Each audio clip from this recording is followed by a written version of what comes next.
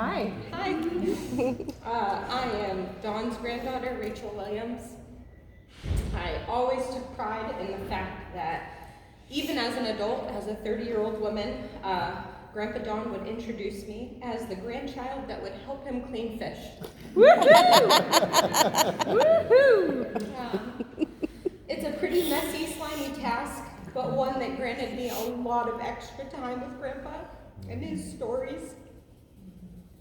Often of how he and Grandma fell in love and their travels.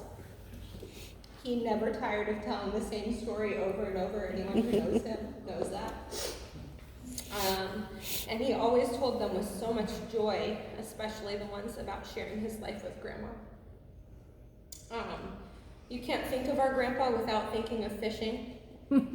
It's really easy for me to hear Grandpa's voice saying, "That's a good little sun perch," or "Toss back that bluegill," out fishing at Echo or Swan Lake.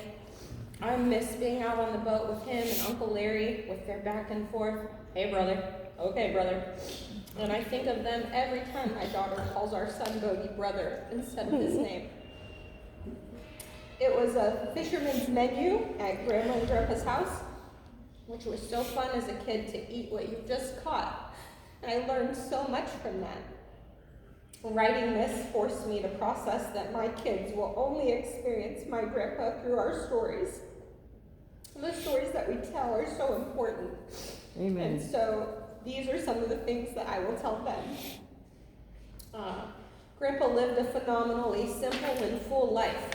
He wanted to be disconnected from technology, out in the wilderness, gardening, fishing, camping, road tripping, and watching westerns. Woohoo! He was intentional about his relationships, especially with my grandmother, his kids, and his grandkids. But that also extended to their church, family reunions, past coworkers, friends from college, military, and the Forest Service. I met so many of his old friends road tripping. And it was incredible. It was remarkable, the size of his community. It taught me so much about how to maintain relationships across distances and with differing opinions. Grandma and Grandpa visited, they called, they sent snail mail, and they kept us for weeks at a time as kids.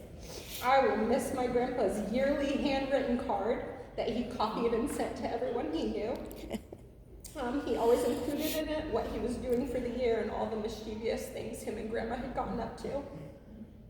I will miss how he laughed with his whole entire body and his belly shook. From my grandpa, I learned how to be bored.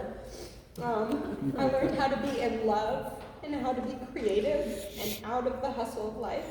Some of my very best memories of my life were spent in Big Fork, Montana, and in the back of Grandma and Grandpa's Isuzu Trooper. I have memories upon memories of road tripping with my grandpa.